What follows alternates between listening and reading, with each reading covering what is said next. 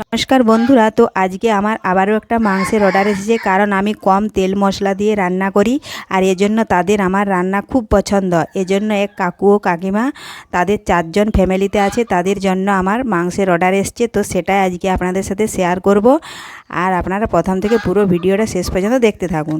চলুন তাহলে শুরু করি। তো দেখুন বন্ধুরা, তার জন্য আমি 500 গ্রাম মাংস এনেছি। আর দেখুন, এটা আমি গরম জলে ধুয়ে পরিষ্কার করে নিয়েছি। কম তেল মশলা দিয়ে রান্না করব, এই জন্য গরম জলে যদি মাংসটা আমি ধুয়ে নিই তাহলে অনেকটাই আষ্টানি গন্ধ চলে যায়। আর এই দেখুন, মাংসের সাথে আমি আদা, জিরে, গোলমরিচ ও বাটা, রসুন বাটা মাখিয়ে নিচ্ছি। এ দেখুন, দিয়ে দিচ্ছি পরিমাণ মতো লবণ। আর সমস্ত মশলা আমি এখানেই মাখিয়ে নেব। একদম হালকা মশলা নিয়েছি। আর দেখুন, স্বাদ মতো লবণ নিয়েছি। এখন দেখুন, হাফ লেবুর রস দিয়ে দিলাম।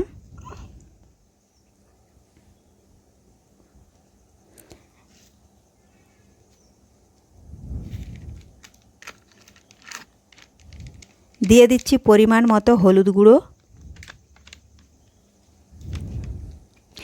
এইভাবে আপনারাও যদি আপনাদের কম তেল মশলায় যদি মাংস রান্না খেতে চান, তো আমাকে কমেন্টে জানিও, আমি হোম ডেলিভারির জন্য তৈরি। তো দেখুন বন্ধুরা, এখন সমস্ত কিছু আমি হাত দিয়ে ভালোভাবে মাখিয়ে নেব। 10 থেকে 5 সেকেন্ড মতো, 5 থেকে 10 সেকেন্ড মতো মাখিয়ে নিচ্ছি। অনেকে মাংসের সাথে তেল দেয়, দেখুন আমি প্রথমেই বলেছি কম তেল মশলা দিয়ে আমি রান্নাটা করব, এজন্য আমি তেলও দিচ্ছি না। এ দেখুন, শুধু মশলা দিয়ে হাত দিয়ে ভালোভাবে মাখিয়ে নিচ্ছি।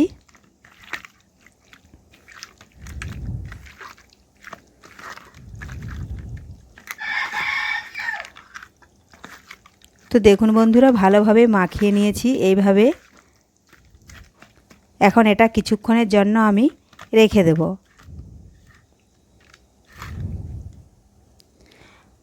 আর এদিকে দেখুন, আমি কয়েক টুকরো আলু কেটে নিয়েছি, এ দেখুন বড় বড় করে। আর কড়ার মধ্যে সাদা তেল দিয়েছি। এখন ওই তেলে আলুগুলো ছেড়ে নিয়ে লাল লাল করে একটু ভেজে নেব। আলু দিয়ে দিলাম, দেব এখন স্বাদ মতো লবণ আর পরিমাণ মতো একটু হলুদ গুঁড়ো। এখন নাড়াচাড়া করে লাল লাল করে একটু আলুগুলো ভেজে নেব।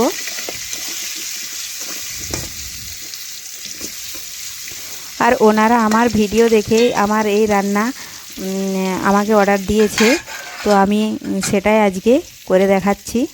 তো দেখুন বন্ধুরা, এখানে আমি 500 গ্রামের জন্য 3টে পেঁয়াজ কুচিয়ে নিয়েছি।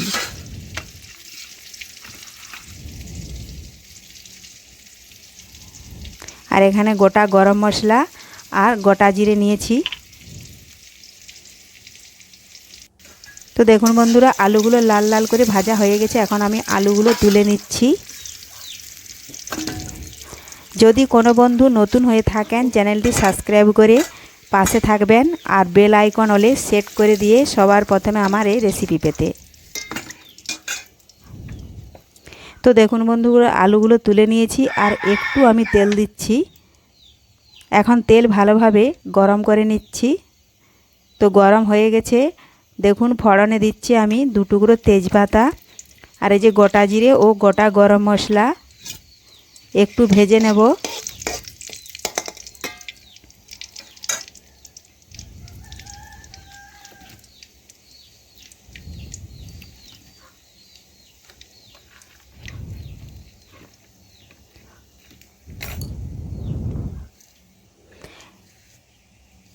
এতই টেস্টি হবে কম মশলা দিয়ে। তেল মলি মশলা বেশি দিলেই রান্না ভালো হয়, তা কিন্তু কখনোই নয়।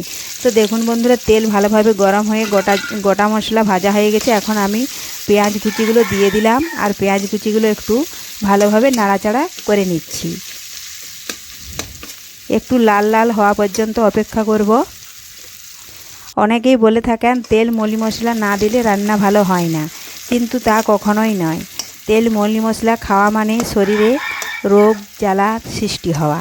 এজন্য যতটুকু পারবেন তেল মলি মশলা কম খাবেন, তাতে শরীর ভালো থাকবেন। এ দেখুন, দিলাম আমি হলুদ গুঁড়ো একটু, আর একটু দিলাম লঙ্কা গুঁড়ো। এখন আমি পেঁয়াজের সাথে ভালোভাবে মিশিয়ে নিচ্ছি।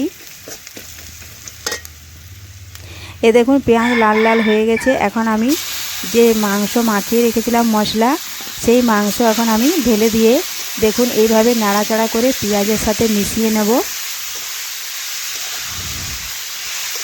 রান্নাটি করা খুবই সহজ, একবার দেখলে আপনারাও বাড়িতে বানিয়ে নিতে পারবেন। আর যদি কেউ এইভাবে না বানাতে পারেন তো আমাকে কমেন্টে জানিও, তাহলে আমি বানিয়ে ঠিক পৌঁছে দেব, কারণ মানুষের সুবিধা অসুবিধা তো হতেই পারে। এজন্য আমি আছি শেফ শ্রাবণী। তো দেখুন বন্ধুরা, ভালোভাবে নাড়াচাড়া করে মিশিয়ে নিয়েছি। আর এখন আমি ওই মাংসের বাটিটা ধুয়ে একটু আমি জল দিয়ে দিচ্ছি। এই দেখুন জল একটু দিয়ে দিলাম। এখন আমি একটা থালা চাপা দিয়ে 5 মিনিট রেখে দেব, তাতে মাংস ভালোভাবে সেদ্ধও হয়ে যাবে আর মশলা থেকে কাঁচা গন্ধও চলে যাবে। তো দেখুন বন্ধুরা, 5 মিনিট পরে আমি ঢাকা তুলে নিলাম। আর এবার নাড়াচাড়া করে বেশ কিছুক্ষণ ধরে আমি কষে নেব। তো তার আগে আমি ভেজে রাখা আলুগুলো ঢেলে দিলাম। এখন আমি কিছুক্ষণ নাড়াচাড়া করে কষে নিচ্ছি। মাংস ঢাকা দেওয়ার ফলে অনেকটা সেদ্ধ হয়ে গেছে, এখন কষে নেব। এখন আমি দেব একটু কাশ্মীরি লঙ্কার গুঁড়ো, যাতে একটু কালারটা আসে, দেখতে খুব ভালো লাগে। এটাও ভালোভাবে নাড়াচাড়া করে মিশিয়ে নিচ্ছি। ওই কষতে কষতেই দেখুন মিশে যাবে।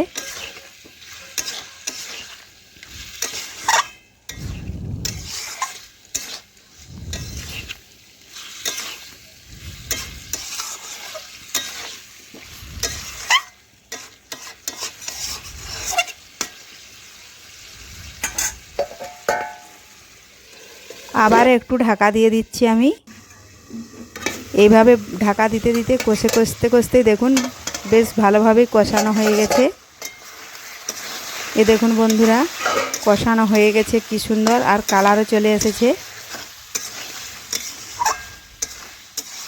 বেশি কোনো ঝামেলাই নেই এইভাবে মাংস রান্না করা।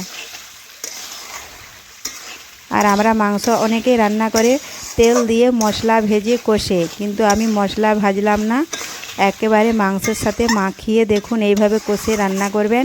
খেতে তো দুর্দান্ত স্বাদের হবে, আর তেল মশলাও বেশি লাগবে না।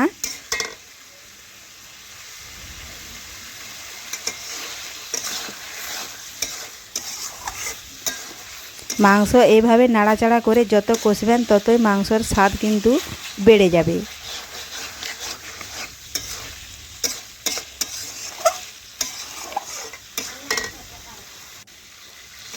দেখুন বন্ধুরা, মাংস থেকে তেল ছাড়তে শুরু করেছে, তো কষানো হয়ে গেছে। এখন আমি ঝোলের জন্য পরিমাণ মতন জল দিয়ে দেব।